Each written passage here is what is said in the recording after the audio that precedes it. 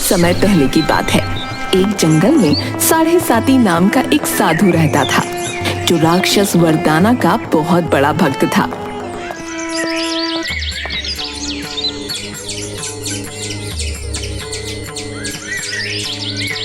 एक दिन साढ़े साती जंगल में बैठकर राक्षस वरदाना की तपस्या कर रहा था। हे राक्षस वरदाना, 20 वर्षों से मैं दिन रात तेरी तपस्या कर रहा हूँ। अब तो तुझे मुझे दर्शन देना ही होगा। राक्षस वरदाना, मुझे दर्शन दो। राक्षस वरदाना, मुझे दर्शन दो। साढ़े साती साधु के बार बार कहने पर राक्षस वरदाना प्रकट नहीं हुए। लगता है आप अपने भक्त की परीक्षा ले रहे हैं। कोई बात नहीं, जब तक आप मेरे सामने प्रकट नहीं हो जाते तब तक मैं हंसता ही रहूंगा।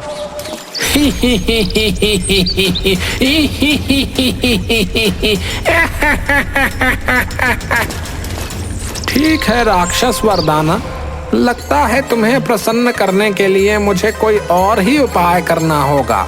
इतना बोलकर साढ़े साती साधु ने अपने बगल में रखा हुआ सांप का पिटारा खोल दिया और पिटारे में बैठे हुए सर्प को देखकर बोला, अरे देखता क्या है काले सर्प, मुझे तब तक काट जब तक राक्षस वरदाना प्रकट नहीं हो जाते। काट, अरे काट, अरे देखता क्या है, काट काट। साढ़े साती की बात सुनकर सर्प मन ही मन गुस्से से बोला, कटवा तो ऐसे रहा है जैसे कि राक्षस वरदाना की भक्ति में जान दे रहा है। ये अच्छा खासा जंगल में टहल रहा था, ये खामखा मुझे पकड़ कर ले आया और मेरे जहर के दांत भी तोड़ दिए। ए भाई, अभी भी दर्द है। सर्प साढ़े साती को काटने ही वाला था कि तभी रंग बिरंगी किरणों के साथ राक्षस वरदाना साढ़े साती साधु के सामने प्रकट हो गए। साढ़े साती राक्षस वरदाना को देखकर चीखते हुए बोला, मुझे पता था राक्षस वरदाना कि आप अपने भक्त को कभी निराश नहीं करेंगे। हे। क्यों बुलाया है मुझे यहाँ पर? राक्षस वरदाना, तेरा काम है वरदान देने का, समझा? मैंने वरदान लेने के लिए ही तेरी तपस्या की है। मैंने वरदान देने का ठेका नहीं ले रखा। जिसे देखो मुंह उठाकर मेरी ही तपस्या शुरू कर देता है। लेकिन राक्षस वरदाना, मैंने आपकी साधना की है। अगर आप मेरी साधना से प्रसन्न नहीं हुए तो फिर यहाँ पर क्यों आए हो? क्या गाना गाने के लिए आए हो? बकवास बंद कर साढ़े साती। मैं यहाँ पर तेरी साधना से प्रसन्न होकर नहीं आया, बल्कि बेचारे इस सर्प पर तरस खाकर यहाँ पर आया हूँ। तूने इसके दांत तोड़ दिए। बेचारा ये रोज तुझे डसकर बहुत तकलीफ में रहता है। मुझसे इसकी तकलीफ देखी नहीं गई, इसलिए मैं यहाँ पर चला आया। कोई बात नहीं राक्षस वरदाना, लेकिन आने का कारण तो आपका मैं ही बना हूँ ना। जल्दी बताओ, तुम क्या चाहते हो? वरदान। कैसा वरदान? मुझे एक ऐसा वरदान दे राक्षस वरदाना कि मैं किसी भी मनुष्य या राक्षस से भिक्षा में कुछ भी मांगूं, अगर वो मुझे ना दे तो मैं उसे कोई सा भी श्राप दे सकता हूँ। और मुझे कुछ चमत्कारिक शक्तियाँ भी दे दो राक्षस वरदाना। ठीक है, लेकिन याद रहे साढ़े साती, तूने अगर किसी को श्राप दिया और अगर वो श्राप घूम फिर कर तेरे ही पास आ गया तो तेरे अंदर चमत्कारिक शक्तियाँ उसी समय समाप्त हो जाएंगी। मुझे कैसे पता लगेगा कि मैं किसी को श्राप दे रहा हूँ तो वो काम कर रहा है? तू जिसे भी श्राप देगा, फिर वो चाहे कितना भी बड़ा बलशाली और शक्तिशाली क्यों ना हो, डर से थर थर कांपने लगेगा। वैसे तू मेरे दिए हुए वरदान का क्या करने वाला है रे? चंदन नगर का राजा हर वर्ष साधुओं को दान देता है, मगर दान देने के नाम पर वो सिर्फ साधुओं को मूर्ख बनाता है। किसी वर्ष केवल धोती दान में देता है जो अगले ही दिन फट जाती है, तो किसी वर्ष केवल अंगोछा, वो भी वर्षों पुराना मैला कुचैला, और तो और उसकी दान में दी हुई खाने पीने की सारी वस्तुएं भी बेकार निकलती हैं। मैं उस कंजूस राजा को सबक सिखाऊंगा। ठीक है, लेकिन याद रखना, अगर बुरे इरादे से तू इस वरदान का उपयोग करेगा तो घूम फिर कर तेरा दिया हुआ श्राप तेरे ही पास लौट आएगा। इतना बोलकर राक्षस वरदाना वहां से गायब हो गए। राक्षस वरदाना के गायब होते ही साढ़े साती प्रसन्न होकर अपने आप से बोला, अब तो मैं किसी से भी कुछ भी मांगूंगा तो उसे देना ही पड़ेगा, लेकिन देखता हूँ कि मेरा श्राप लगता भी है या नहीं। इतना बोलकर साढ़े साती वहां से चल दिया।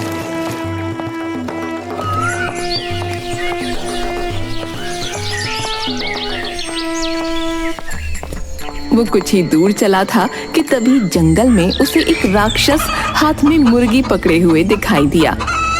ये मुर्गी तो बहुत सुंदर है, मुझे ये मुर्गी चाहिए। साढ़े साती उस राक्षस के पास जाकर बोला, सीधी तरह से ये मुर्गी मेरे हवाले कर दे। आई, तुम्हारी इतनी हिम्मत कि तुम मुझसे मुर्गी मांग रहे हो? मुर्गी मेरा सबसे पसंदीदा व्यंजन है। आज रात में तंदूरी मुर्गी खाऊंगा। तेरी हिम्मत कैसे हुई साढ़े साती को मना करने की राक्षस? सीधी तरह से मुर्गी मेरे हवाले कर दे, नहीं तो मैं तुझे श्राप दे दूंगा। लेकिन फिर भी मैं मुर्गी तुम्हें नहीं दूंगा।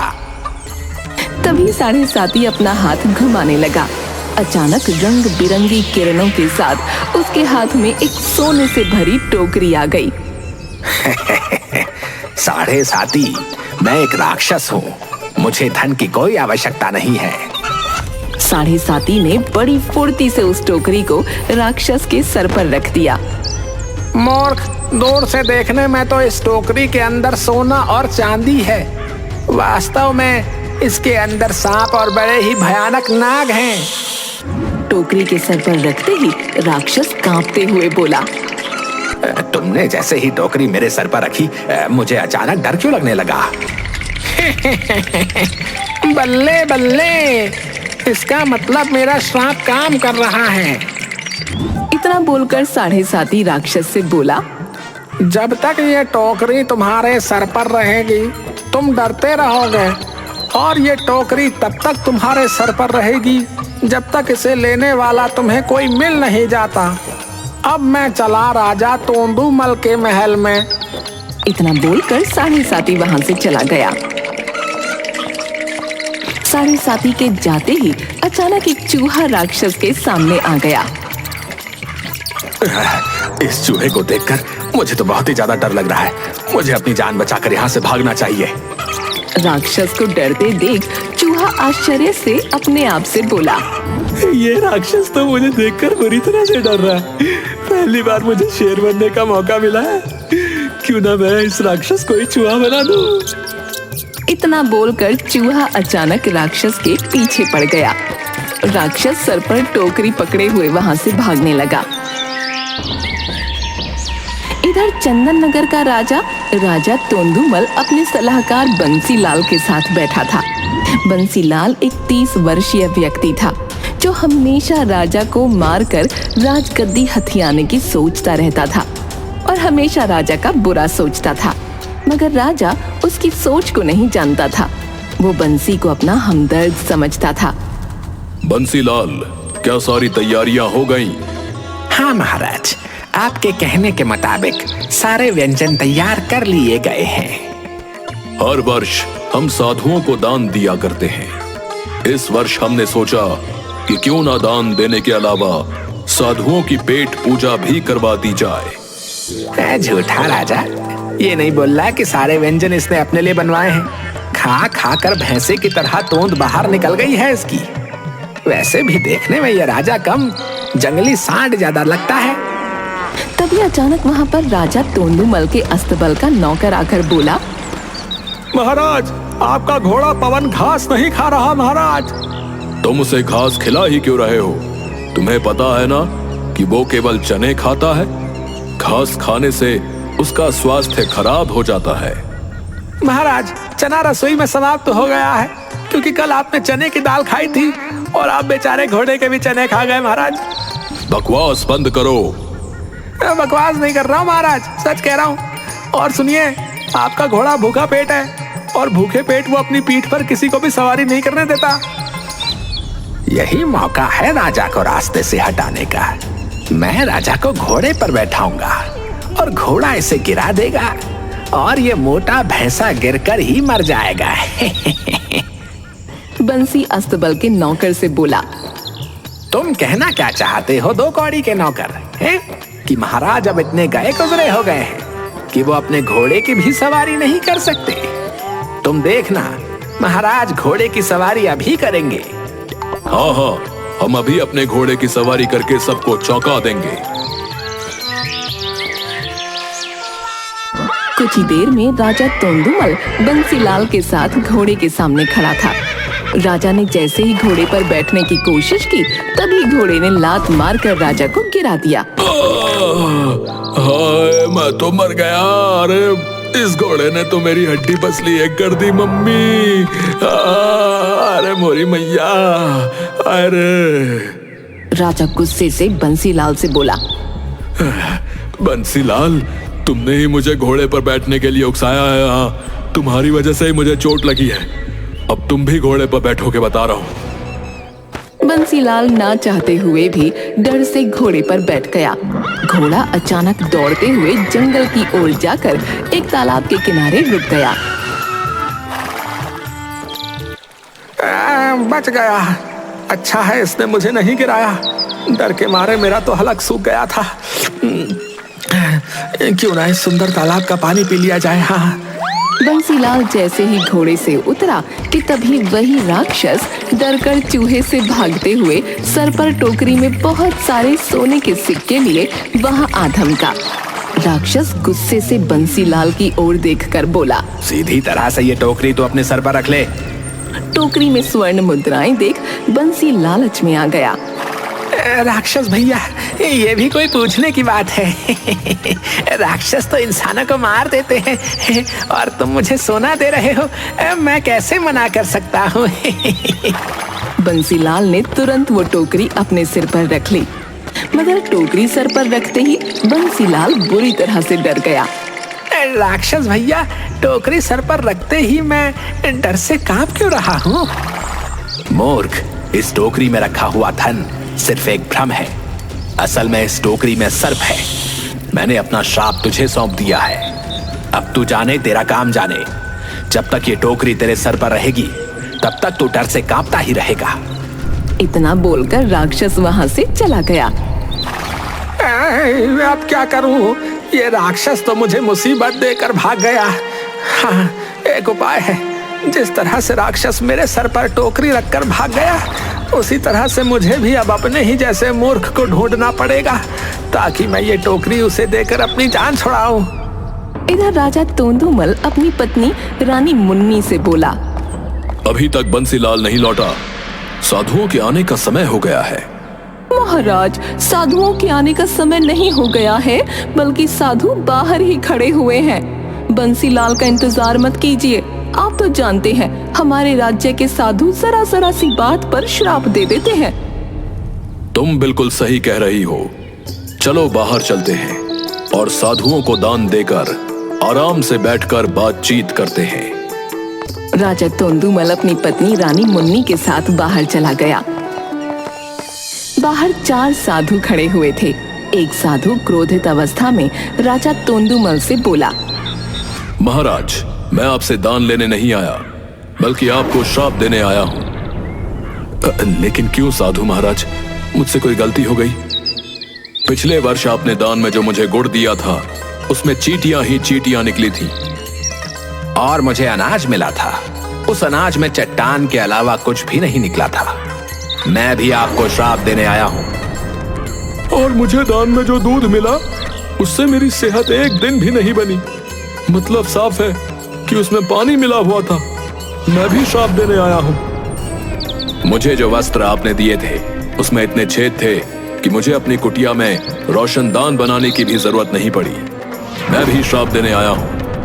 ये सुनकर राजा तोंदुमल बुरी तरह से कांपते हुए बोला, मुझे क्षमा कर दीजिए।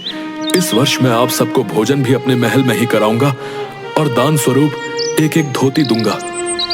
ये सुनकर एक साधु क्रोधित होता हुआ बोला, धोती देने से क्या होगा महाराज? अगर धोती ही दान कर रहे हैं तो उसके साथ एक अंगोछा भी दान कीजिए। क्षमा करिए साधु महाराज, ये तो मैंने सोचा ही नहीं। चलिए कोई बात नहीं, अंगोछा अगली बार दान कर देंगे। इस बार आप धोती और भोजन से ही काम चला लीजिए। तभी वहां पर 7.5 साधु आ पहुंचा। 7.5 साधु को देखकर राजा चौंकते हुए बोला, आपको तो इससे पहले मैंने अपने राज्य में कभी नहीं देखा। मैं इन सब की तरह बेकार साधु नहीं हूँ, बल्कि मैं एक बहुत पहुंचा हुआ साधु हूँ और मैं जिससे कोई भी वस्तु मांगता हूँ उसे देनी ही पड़ती है। अरे ये भी कोई जबरदस्ती है? हाँ जबरदस्ती है। मैं चाहूँ तो तुझे इसका नमूना भी दिखा सकता हूँ। मूर्ख भैंसे जैसे दिखने वाले राजा, मैं जिसे श्राप दे देता हूँ वो पानी भी नहीं मांगता। तभी राजा की पत्नी रानी मुन्नी राजा से बोली, ये साधु वाकई मुझे बहुत ही पहुंचा हुआ मालूम पड़ता है, इसलिए इसके साथ नौटंकी मत कीजिएगा। आप इन साधुओं को तो दान देने के नाम से मूर्ख बना देते हैं, परंतु मुझे लग रहा है कि ये साधु इन साधुओं की तरह मूर्ख नहीं बनेगा। बिल्कुल सही कह रही हो मेरी प्रिय, मुझे भी कुछ ऐसा ही लग रहा है। इतना बोलकर राजा 7.5 से बोला, आपको क्या चाहिए? मगर 7.5 जोर जोर से हंसने लगा। अरे हंसते ही रहोगे या कुछ बताओगे भी? तो सुन, मेरा नाम है 7.5 और मेरा पसंदीदा अंक भी है 7.5।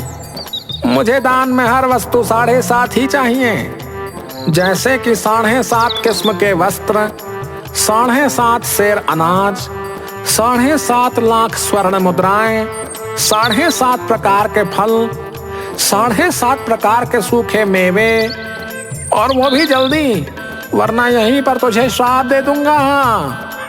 7.5 की बात सुनकर राजा अपनी पत्नी से बोला, ये साधु जो मांग रहा है उतना धन तो हमारे राजकोष के भंडार में भी नहीं है। काश इस वक्त हमारा प्रिय सलाहकार बंसीलाल यहाँ पर होता तो जरूर वो हमें इससे बचने का कोई ना कोई उपाय जरूर बताता। तभी वहां पर सर पर टोकरी रखे कांपते हुए बंसीलाल आ पहुंचा। बंसीलाल के सर पर स्वर्ण मुद्राओं से भरी टोकरी देखकर राजा तोंदुमल खुश होते हुए बोला, अरे बंसीलाल, तुम्हारे पास इतना धन कहाँ से आया और तुम डर से कांप क्यों रहे हो? खैर वो सब मैं तुमसे बाद में पूछ लूंगा। फिलहाल तो ये स्वर्ण मुद्राएं 7.5 के सर पर रख दो। बंसीलाल ने बगैर देरी किए टोकरी 7.5 के सर पर रख दी।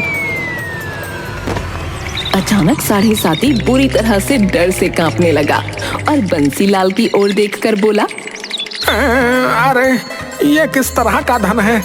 धन जब सर पर रखा जाता है तो मनुष्य प्रसन्नता से नाचने लगता है, परंतु मैं तो डर की वजह से कांप रहा हूँ।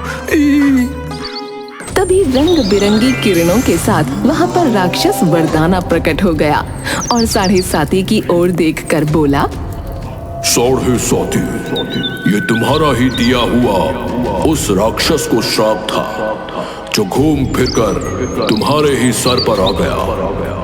और मैंने कहा था अगर तुम्हारा श्राप घूम फिरकर तुम्हारे ही पास वापस आ जाए तो फिर मेरा ये वरदान उसी समय समाप्त हो जाएगा। इतना बोलकर राक्षस वरदाना वहाँ से गायब हो गया और 7.5 डरते हुए वहाँ से भाग गया।